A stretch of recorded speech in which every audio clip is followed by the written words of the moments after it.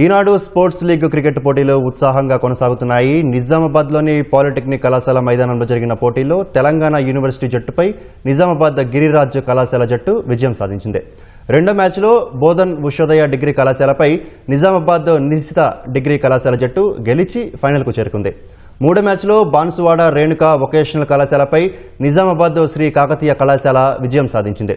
నాలుగో మ్యాచ్లో హోరాహోరీగా సాగిన మ్యాచ్లో నిజామాబాద్ పాలిటెక్నిక్ కళాశాల జట్టుపై నిజామాబాద్ ఖిల్లా జూనియర్ కళాశాల జట్టు గెలిచింది.